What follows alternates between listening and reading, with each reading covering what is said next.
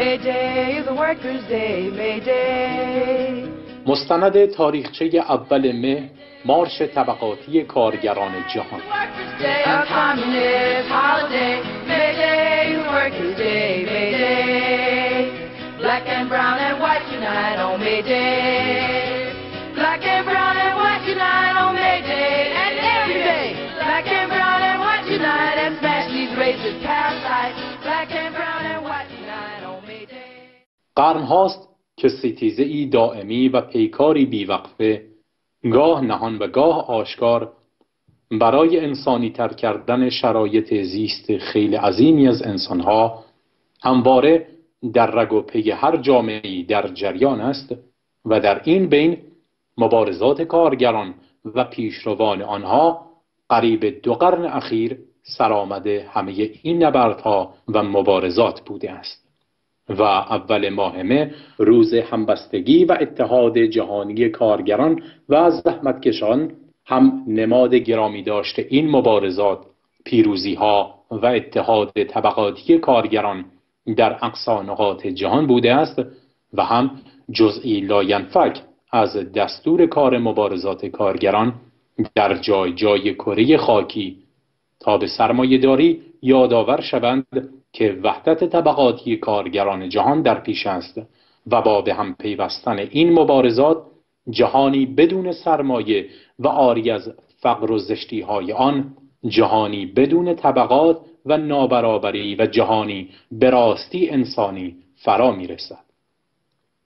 ایده فرخنده به کار بردن یک جشن تعطیل پرولتاری به عنوان وسیله‌ای برای اکتساب 8 ساعت در روز نخست در استرالیا زاده شد. کارگران آنجا در سال 1856 تصمیم گرفتند توقف دست جمعی 1 روز کامل کار را با جلسات و تفریحات به عنوان تجلی موافق با 8 ساعت در روز سازماندهی کنند. روزا لوکزامبورگ در این رابطه میگوید: در حقیقت چه میتوانست به کارگران شهامت و ایمان بیشتری در قدرت خودشان بدهد تا یک توقف کار توده‌ای که آنها خودشان آن را انتخاب کرده باشند؟ چه میتوانست شهامت بیشتری به بردگان ابدی کارخانه‌ها و کارگاه‌ها بدهد تا فراخواندن گردان‌های خودشان؟ پس ایده جشن پرولتاری به سرعت پذیرفته شد و از استرالیا آغاز به گسترش در دیگر کشورها کرده تا سرانجام تمام جهان پرولتاری را فتح کرد. در اثنای دهه 1960 در شهر لندن پایتخت انگلستان که از حیث تمرکز ثروت و توسعه صنایع ماشینی حائز جایگاه نخست بود، تشکیلات و اجتماعی بین‌المللی به وجود آمدند. در تعقیب آن بیانیه‌ای خطاب تمام کارگران جهان نشر شد. این بیانیه را آموزگار کارگران کارل مارکس و فردریک انگلس نوشته بودند. در این بیانیه گفته می شود: کارگران، شما در اتحاد و قیام نمودن برای رهایی چیزی جز زنجیرهای استبداد و استثمار برای از دست دادن نخواهید داشت، اما جهانی را به کف خواهید گرفت. کارگران جهان، متحد شوید.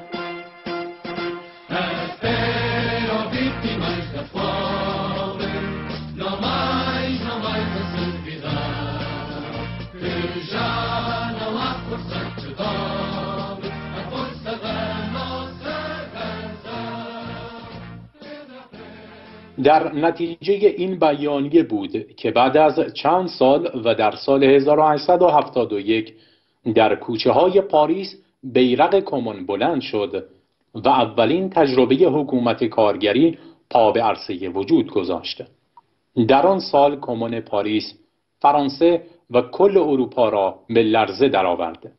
کارگران و زحمتکشان پاریس جرأت این را به خود دادند که جامعه را از طریق به دستگیری قدرت سیاسی در یک جهت تازه، یعنی بر مسیر از میان بردن طبقات، هدایت نمایند. طبقات حاکمه اروپا موقتاً از تضادهای درونیشان دست کشیده متفقاً به جنبش طبقه کارگر حمله بردند.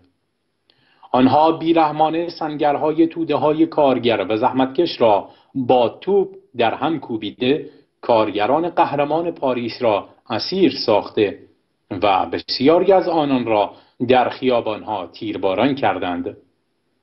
در این اثنا دولت پروس، آلمان فعلی، یک رشته قوانین شدیداً ضد کارگری به تصویب رساند و احزاب و تشکلات کارگری و سوسیالیستی را غیر قانونی اعلام کرد.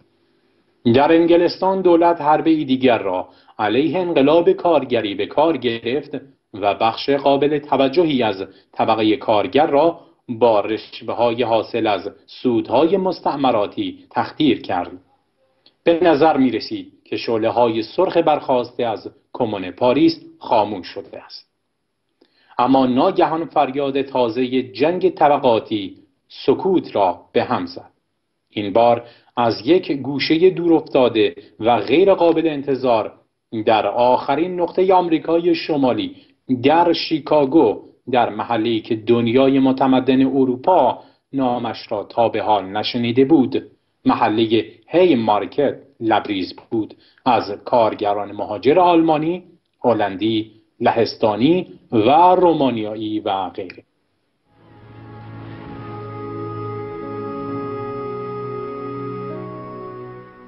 یک سال پس از کمون پاریس، در زمستان 1872 هزاران نفر به خاطر آتش‌سوزی بزرگ شیکاگو بی خانمان و گرسنه بر جای مانده بودند.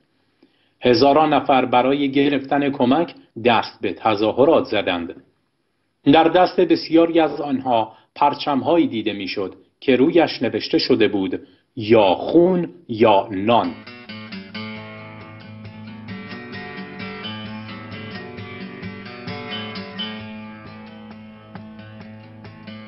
در سال 1877 اعتصاب بزرگی از سوی کارگران راه آهن انجام گرفت. به زودی این اعتصاب کل کارگران راه آهن در سراسر آمریکا را فرا گرفت. بسیاری از افراد رادیکال که در رهبری این اعتصابات بودند، از میان کارگران آلمانی بودند که سابقاً با مارکس و انگلس تماس داشتند. آلبرت پارسون یکی از آنان بود که تجربه دو جنبش را داشت: جنبش اروپا و جنبش ضد بردهداری در آمریکا. خود او در آمریکا به دنیا آمده بود. اعتصابات بزرگ سال 1877 سرانجام با سرکوب پلیس از هم پاشید. در آن سال هر دو طبقه متخاصم می‌دانستند که جنگی دیگر در کار است. سرمایه‌داران از این هراس داشتند که در آمریکا هم نظیر پاریس کمون برپا شود. بنابراین هیئت حاکمه تدارک سرکوب را می‌دید. کارگران از نظر سیاسی و نظامی تدارک می‌دیدند. اجتماعات مخفی بحث و تشکل در سطحی عالی‌تر برگزار می‌شد. در آن زمان اتحادیه‌های کارگری نیمه قانونی بودند و جلسات آنها مخفیانه تشکیل می‌گشت.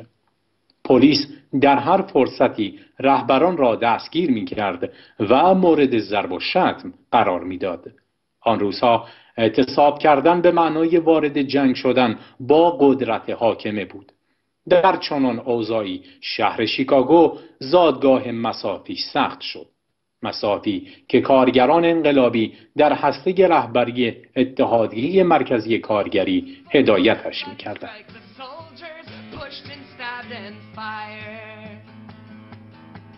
When they finally got to Camden Street, half the guard had mutinied and 15,000 people had turned out.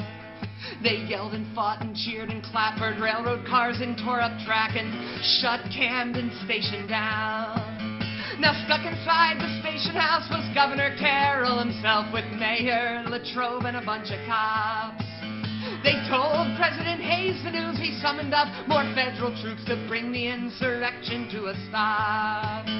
The crowd dispersed and soldiers came, but still they couldn't run the train, though the crowd was no longer there. The strike had spread up west and north, from Baltimore to Pittsburgh. Rebellion was erupting everywhere. در سال 1875 این اتحادیه قطعنامه ای را به تصویب رساند. در بخشی از این قطعنامه آمده بود: ما فوراً از طبقه کارگر می‌خواهیم که خود را مسلح سازد. تنها با ابزار قهر میتوان در مقابل استثمارگران صفارایی کرد. این قطعنامه به روی کاغذ نماند. طولی نکشید که ده‌ها واحد از توده‌های مسلح کارگران تشکیل شد. وقتی بورژوازی متوجه ماجرا شد، عناصر مبارز را اخلالگر نامید. متاسفانه تنها حزب متشکل کارگری آن زمان در آمریکا رفرمیست بود. این حزب معتقد بود که کارگران مسلح وجهه حزب را خدشه‌دار می‌کنند. تفکر حاکم بر جنبش کارگری شیکاگو را می‌توان در بیانیه اتحادیه انترناسیونال کارگران مشاهده کرد. در آن بیانیه چنین آمده بود: این سیستم ناعادلانه و جنایتکار است و لازم است که به طور کامل و به هر طریق ممکن منهدم شود. تهییج به منظور سازماندهی و سازماندهی به منظور قیام. این عبارت فشرده راهی است که طبقه کارگر اگر می‌خواهد زنجیرهایش را بگسلد باید بپیماید. این مواضع بدون شک خبر از فضای انقلابی عمومی موجود در کل جنبش کارگری آن دوران میداد. آیا این تأکید بر ضرورت به کارگیری قهر نقطه ضعف آن جنبش بود؟ نه. اگر قرار است نقطه ضعفی در آن جنبش جستجو شود، باید به گرایش دنباله‌رو و تسلیم به حرکت خودانگیخته موجود در رهبرانش توجه کرد. آنها اعتقاد داشتند که تنها اتحادیه‌های مستقل کارگری می‌توانند محل مناسبی برای عمل انقلاب باشند. آنها به دنبال یک نظم خود به خودی بودند، نه یک دولت انقلابی نوین.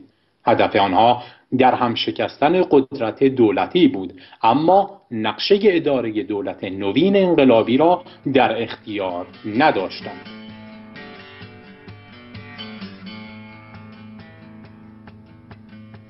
Strike began in Cumberland on the western end of Maryland. Governor Carroll sent the National Guard. They were set to board their train at the Camden station. On the 20th of July they would depart. That Baltimore evening, Big Sam told the streets were filled with people who knew the workers needed their support. The 5th and 6th Regiment were ordered by the government to get to Camden station and report. The 6th Regiment came out, met by rocks from all around. They charged with their guns all lowered down. They fired on the angry mob, pushed on through and marched along with 10 lying dead upon the ground. بدین ترتیب صفوف جنبشی که پس از سرکوب سال 1877 مجدداً سر بلند کرد، حول ایده انقلابیگری گسترش یافت. در عین حال یک مطالبه معین به مرکز مطالبات کارگران تبدیل شده بود و آن خواست روز کار 8 ساعته بود. در سال 1884 یکی از چند شبکه سراسری اتحادیه‌ها فراخوان روز مبارزه را اعلام نمود. این سازمان فدراسیون صنف سازمان یافته و اتحادیه کارگران نام داشت. این فراخوان با پشتیبانی عظیمی روبرو شد. جنبش عظیمی به راه افتاد. به طور مثال تعداد اعضای سازمان رسته‌های کار در عرض یک سال از 100,000 نفر به 700,000 در تابستان 1886 افزایش یافت. دلیل این استقبال عظیم توده‌ای واضح بود. در آن دوران 18 ساعت کار در روز معمول بود. کارگران تا سر حد مرگ کار می کردند. بیکاری، گرانی و گرسنگی بیداد می کردند. کارگران برانگیخته شده در خیابانها این سرود را می خواندند: می خواهیم همه چیز را واژگون کنیم، از زحمت کشیدن برای هیچ خسته ایم، از به دست آوردن لقمه ناچیز تنها برای روز بعد بدون حتی ساعتی برای تفکر خسته ایم. در سال 1885 اعلامیه ای در صفوف کارگران آمریکا دست به دست می گشت. این اعلامیه از طبقه کارگر آمریکا می خواست که در اول ماه مه 1886 دست به عمل بزند. یک روز شورش نه آرامش. روزی که حرف سخنگویان لاوزن دم و دستگاهی نیست که طبقه کارگر را به بند کشیده است. روزی که طبقه کارگر قوانین خیش را برپا می دارد و قدرتش را به کار می برد که این قوانین را به اجرا درآورد. قوانینی که تماماً خلاف رضایت و موافقت ستمگران و حکمرانان که سرنوشت کارگران را در دست دارند است. روزی که نیروی عظیم زحمتکشان متحد در برابر قدرتی که امروز بر سرنوشت همه خلقها حکم میراند سفارایی می کند. روزی که لذت 8 ساعت کار، 8 ساعت استراحت و 8 ساعت برای هر کاری به اختیار خود ما احساس می شود. همچنین همین فدراسیون به تاریخ دسامبر 1885 طی قطعنامه‌ای دیگر نظر به اعتصاب عمومی برای دفاع از روز کار 8 ساعته اعلام داشت. خیال پردازی خواهد بود که اگر انتظار رود که استقرار روز کار 8 ساعته از طریق قانونگذاری انجام پذیرد و خواست متحد برای کاهش 8 ساعت کار به مدد سازمانی مستحکم و منضبط به مراتب مؤثرتر از هزاران قانون خواهد بود که اجرای آن بستگی به حسن نیت سیاستمداران جاه طلب و دولتیان لاشخور صفت دارد. فراخوان به اعتصاب عمومی نیز بر این نظر استوار بود که کارگران در اقدام خود برای اصلاح اوضاع و احوال اقتصادی باید صرفاً به خود و قدرت خیش تکیه کنند.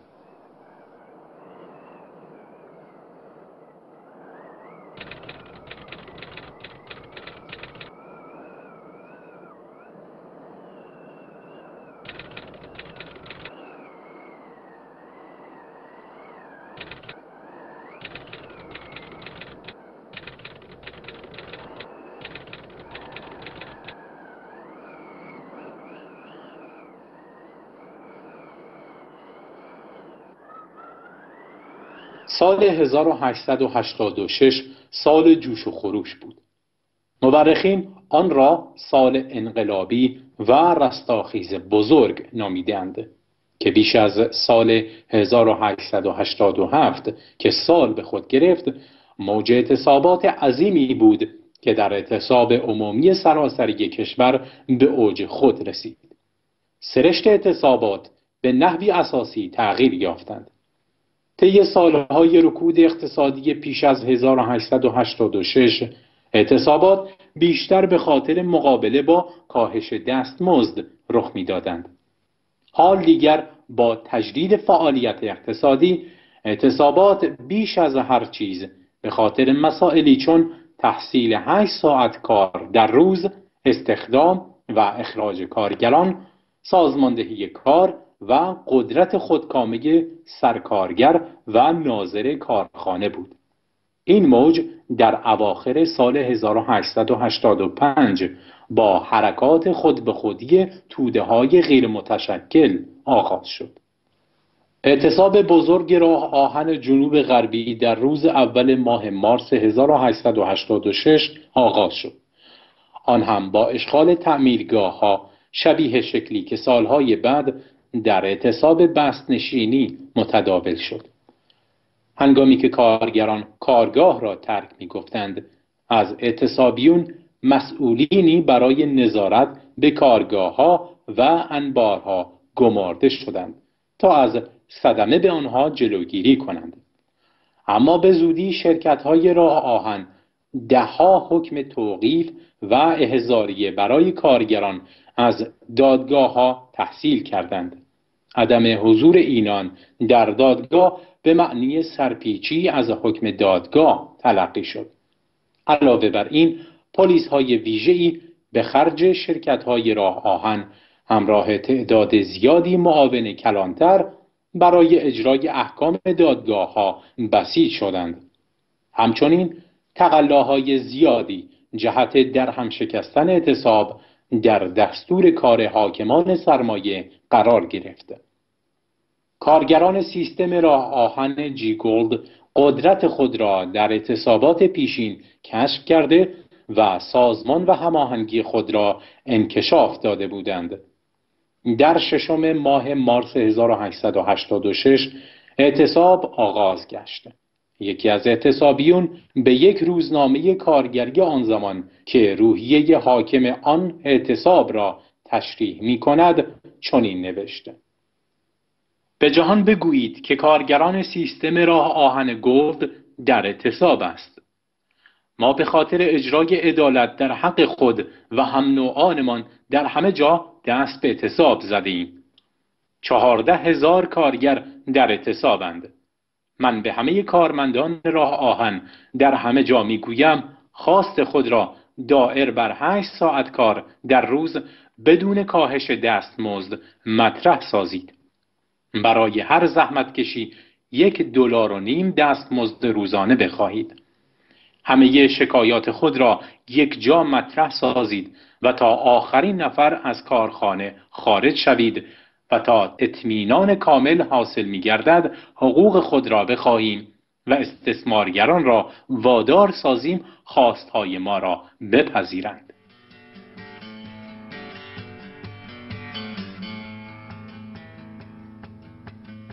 The strike began in Cumberland on the western end of Maryland. Governor Carroll sent the National Guard.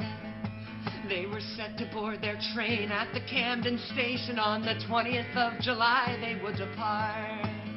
That Baltimore evening, Big Sam told the streets were filled with people. در 19 مارس 1886 نشریه آلمانی زبان کارگر در آمریکا نوشت: اگر ما هرچه زودتر خود را برای انقلابی خونین آماده نکنیم، میراثی جز فقر و بردگی برای فرزندانمان بر جای نخواهیم گذاشت. بنابراین خود را برای انجام انقلاب مجهز کنید. قبل از روز موعد مبارزه سراسری هر هفته راهپیمایی‌هایی تحت شعارهای زنده باد انقلاب سوسیالیستی، سرنگون باد تخت و بارگاه و خزانه، کارگران مسلح شوید برگزار می‌شد. راهپیمایان مشعل به دست در شب خیابانها را می‌پیمودند و چنین می‌خواندند: میلیون‌ها زحمتکش به پا می‌خیزند. ببینید به خیابان آمدند. مستبدین به خود می‌لرزند، چرا که قدرتشان را برباد می‌بینند.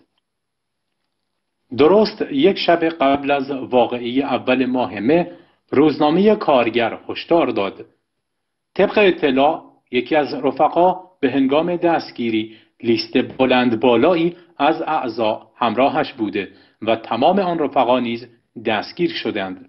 بنابراین لیست عضویت‌ها و دفاتر یادداشت‌ها را از جیبتان بیرون آورید. تفنگ‌هایتان را تمیز کنید. انبار مهمات خود را کامل کنید. قاتلین مزدور سرمایه‌داران، پلیس و گاردش آماده جنایتند. هیچ کارگری نباید دست خالی از خانه بیرون بیاید. در دیترویت 1100 کارگر به مدت 8 ساعت راهپیمایی کردند. در نیویورک 25,000 نفر از برادوی به طرف میدان اتحاد راهپیمایی کردند. در عین حال 40,000 کارگر نیویورکی در حال اعتصاب بودند.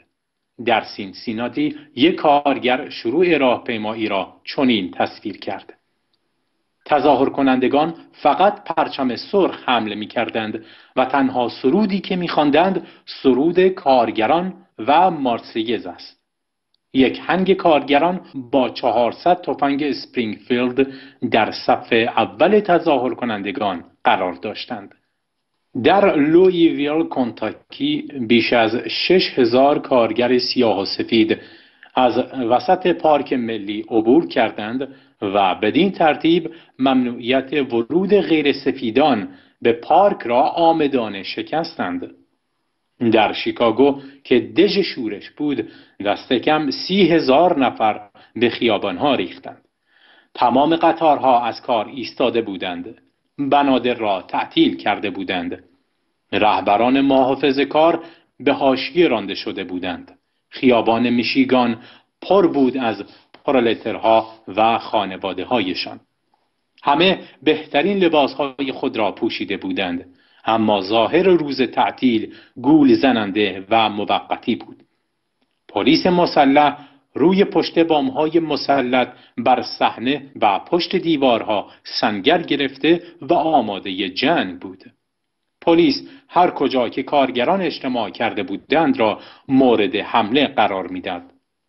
نقطه انفجار اول ماه مه در کارگاه مکگورمیک بود. اینجا از اواسط زمستان در اعتصاب به سر می برد. ولی گله های اعتصاب شکنان به رهبری پلیس کماکان در کارخانه بودند. در دوم ماه مه سپایز رهبر کارگران قرار بود دوباره برایشان سخنرانی کند. هنگامی که حدود 6,000 کارگر به سخنرانی او گوش می‌دادند، چند صد نفر به پیشواز اعتصاب شکنانی که تازه داشتند از سر کار برمیگشتند رفتند تا حسابشان را برسند. روزنامه کارگر نوشت: ناگهان صدای گلوله از نزدیک کارخانه به گوش رسید. حدود 75 قاتل قوی هیکل که توسط یک فرمانده چاق پلیس رهبری می شدند بدان سمت حرکت کردند. 3 خودرو پر از وحشی‌های حامی نظم و قانون نیز آنان را همراهی می کردند. در نبرد میان کارگران مسلح به سنگ علیه پلیس مسلح به سلاح گرم، صف کارگران ناگهان به هم خورد. بمبی پشت سر کارگران منفجر شد. دست کم 2 کارگر کشته شدند. بسیاری از جمله چند کودک مجروح شدند. در ظرف چند ساعت اعلامیه خشمگینانه‌ای که به امضای سپایز رسیده بود در محلات فقیرنشین کارگری دست به دست می‌گشت. کارگران مسلح شوید، صاحب کاران نیروی خونخوار خود یعنی پلیس را علیه ما به کار گرفتند. 6 نفر از برادران ما است امروز در کارگاه مکگورمیک کشته شدند. همچون هرکول افسانه‌ای به پا خیزید و غول پنهانی که می‌خواهد شما را نابود کند از میان بردارید. ما از شما می‌خواهیم که مسلح شوید، مسلح.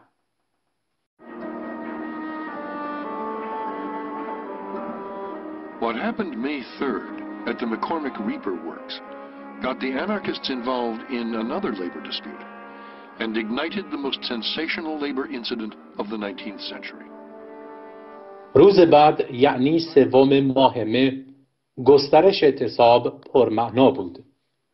در سطح کشور نزدیک به 340,000 کارگر به جنبش پیوسته بودند و 190,000 نفر از آنها در اعتصاب به سر می بردند. در شیکاگو 80,000 کارگر به خیابانها ریختند. هنگامی که چند صد زن وزنده به خیابان آمدند تا به تظاهرات بپیوندند، روزنامه ارتجاعی شیکاگو تریبون علیهشان زوزه کشید و آنها را سلیطه‌های بیچاک و دهن نامید. جانور سرمایه‌داری واقعاً چنگ و دندان نشان داده بود. هزاران نفر در صدد پاسخگویی بودند. یک اجتماع توده‌ای در میدان هی مارکت برای عصر 4 ماه مه فراخوانده شد. سازمان دهندگان تظاهرات نگران از کمین دشمن مکان باز بزرگی را در نظر گرفته بودند که درو زیادی داشت. پس از طرح اختلاف نظرات فراوان، سپایز توانست سازمان دهندگان گرد همایی هی مارکت را قانع کند که فراخوان تظاهرات مسلحانه را پس گرفته و به جای آن سعی کنند تا می توانند وسیع‌ترین مردم را به تظاهرات بکشانند.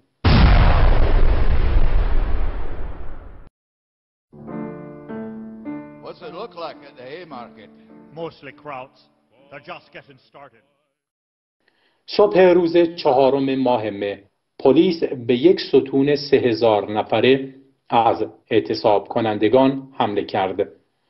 اجتماعات در تمام شهر برپا شد.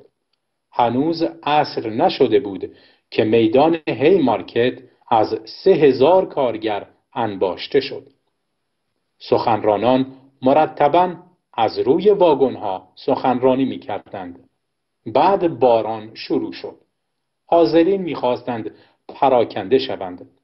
در حالی که فقط چند صد نفر در میدان باقی مانده بودند، سر و کله دسته‌ای متشکل از 180 پلیس تا به دندان مسلح پیدا شد.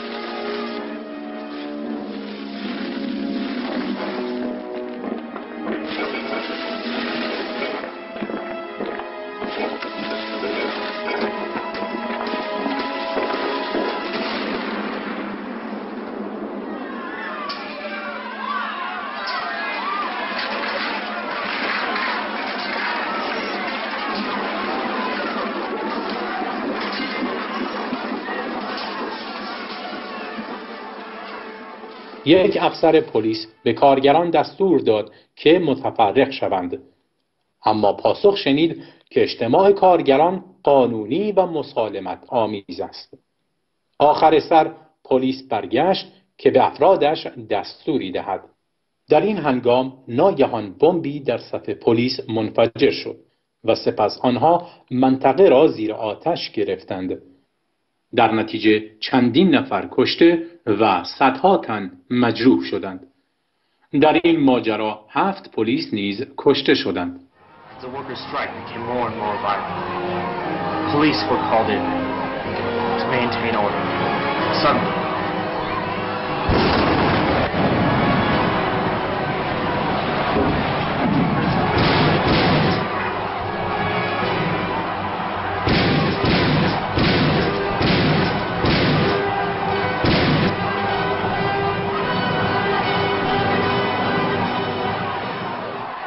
طبقه حاکمه از این واقعه به عنوان بهانه‌ای برای انجام تعرضی که از قبل طراحی کرده بود استفاده کرد و در رسانه‌های گروهی اینطور تبلیغ نمود که سازمان دهندگان این تظاهرات اخلالگر هستند. روزنامه‌های سراسر کشور به آتش افروزی دیوانه‌وار پرداختند. آنها خواستار اعدام همه آنها شدند. در میلواکی گارد دولتی با کشتاری خونین به تظاهرات 5 ماه مه پاسخ داد. 5 کارگر لهستانی و 1 کارگر آلمانی به خاطر نقض حکومت نظامی به خاک افتادند. در شیکاگو زندانها مملو از هزاران انقلابی و اعتصابی گشت. بسیاری به هنگام بازجویی مورد شکنجه قرار گرفتند. از روی لیست اعضای اتحادیه‌ها پلیس به خانه‌هایشان حمله برد. چاپخانه کارگران مورد حمله قرار گرفت. همه اعضای چاپخانه روزنامه کارگر دستگیر شدند. پلیس هرچه در دست داشت به عنوان مدرک به نمایش گذاشت. رهبری انقلابی کارگران در چنگال بورژوازی اسیر بود. that mere fact that they were even being tried at all when the bomb thrower wasn't known is just a travesty. طبقه حاکمه در همان ماه مه 1886 محاکمات را آغاز کرد. اتهام قتل پلیس. متهمان اعضای رهبری IWPA اتحادیه اینترناسیونال کارگران به نامهای اوت سپایز، مایکل شواب، ساموئل فیلدن، آلبرت پارسون، آدولف فیشر، جورج انجل، لوی کنیگ و اسکار نیب. متهمین را با وجود آنکه از گروه‌های مختلف بودند یک باره با هم محاکمه نمودند. در طول محاکمه هیچ کس نتوانست حتی یک دلیل بیاورد که افراد فوق الذکر در پرتاب بمب شرکت داشتند. از اینها فقط 2 نفرشان در تظاهرات هی مارکت شرکت داشتند. محاکمه ماه‌ها به درازا کشید. چندین کارگر را با رشوه خریدند تا شهادت‌های زشت و نفرت انگیز علیه رهبران جنبش ایراد کنند. در سراسر دادگاه قضات سعی کردند محاکمه را یک محاکمه جنایی جا بزنند. سپایز در دفاعیش از عقاید انقلابی خیش دفاع کرد و در آخر چنین گفت: خب، اینها عقاید من است. اگر شما فکر می کنید می توانید این عقاید را که هر روز بیشتر ریشه می دواند در هم شکنید، اگر فکر می کنید که با زندانی کردن ما می توانید به عقاید ما ضربه بزنید، اگر فکر می کنید که مرگ جزای گفتن حقیقت است، پس من با سربلندی و جسارت بهای گزاف آن را می پردازم. جلادتان را صدا کنید. لینک 21 ساله اعتراض خود را چنین بیان کرد: من تکرار می کنم که دشمن نظم موجودم و تکرار می کنم که با تمام قدرت تا زمانی که نفس در سینه دارم با این نظم نبرد می کنم. من از شما متنفرم، از نظمتان بیزارم، از قوانین شما، از اقتدار مستبدانه شما متنفرم. مرا بدین خاطر به دار بیاویزید. دادگاه 7 نفر را محکوم به مرگ کرد، اما جنبش بزرگی در دفاع از آنان به راه افتاد. جلسات زیادی در سراسر جهان به دفاع از آنان برگزار شد. در فرانسه، هلند، روسیه، ایتالیا، اسپانیا و در تمام ایالات آمریکا. در آلمان بیسمارک آنقدر از عکس‌العمل کارگران نسبت به وقایع هی مارکت بیمناک شد که برگزاری تمام جلسات عمومی را ممنوع اعلام کرد.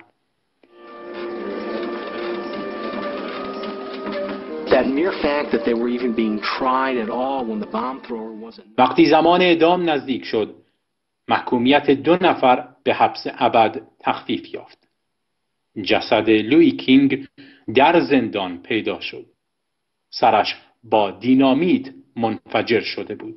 معلوم نشد که در اعتراض به سیستم خودکشی کرده یا او را به قتل رساندند. روز 11 نوامبر 1886 که بعداً جمعه سیاه نام گرفت، برای اعدام رهبران جنبش انقلابی کارگران در نظر گرفته شده بود. سرانجام در روز موعود هنگام ظهر، سپایز، انجل، پارسون و فیشر با پیراهن سفید در محوطه زندان ظاهر شدند. سپایز در حالی که جلادان چشم بند سفید را بر سرش می‌کشیدند چنین گفت: روزی خواهد آمد که سکوت ما از زوزه‌های امروز شما قدرتمندتر شود. بعد از او پارسون فریاد زد: کلانتر باتون، بگذار صدای خلق شنیده شود.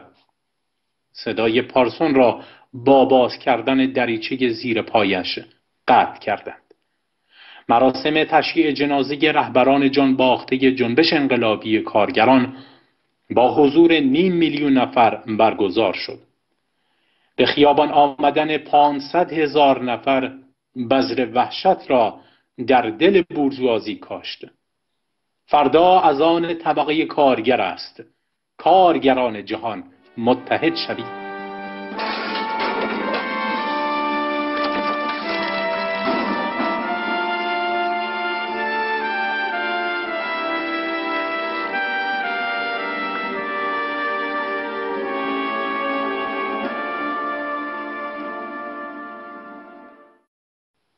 اعتصاب عظیم 1886 کوششی بود که طبقه جدید کارگر صنعتی برای به کار گرفتن قدرتش در جهت کنترل شرایط زندگی و کار خیش بدان دست یازیده بود.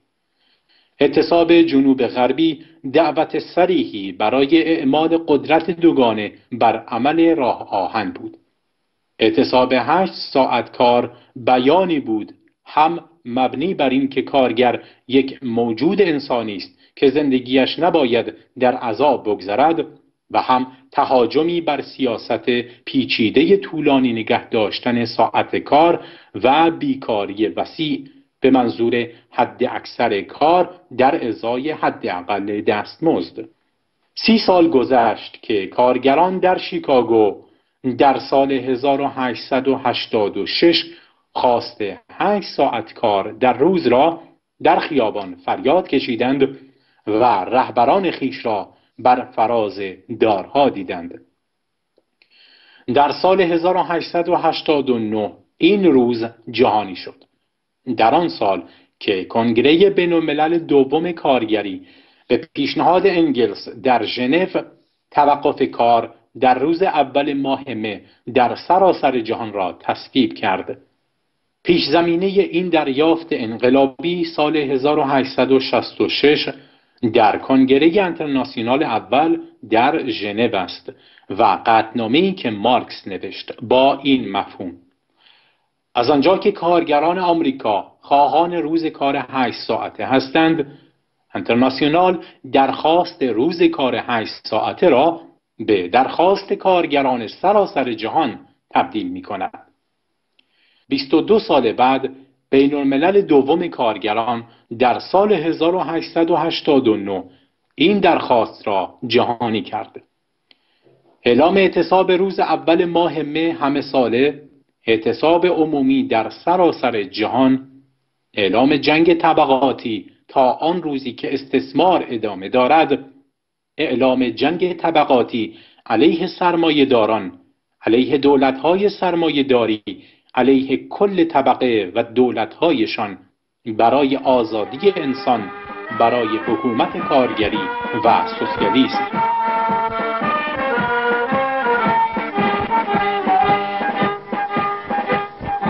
کار ما کارگر به زندگی ما نهاد آن حکم فقر و بندگی به حاصل رنج کار و خستگی ما تنید آن تار و پود بردگی سپاه کاری و توده های محرومان به جان شوند رهروان راه من تو آخرین نسل بردگان و بیچیزان قیام ما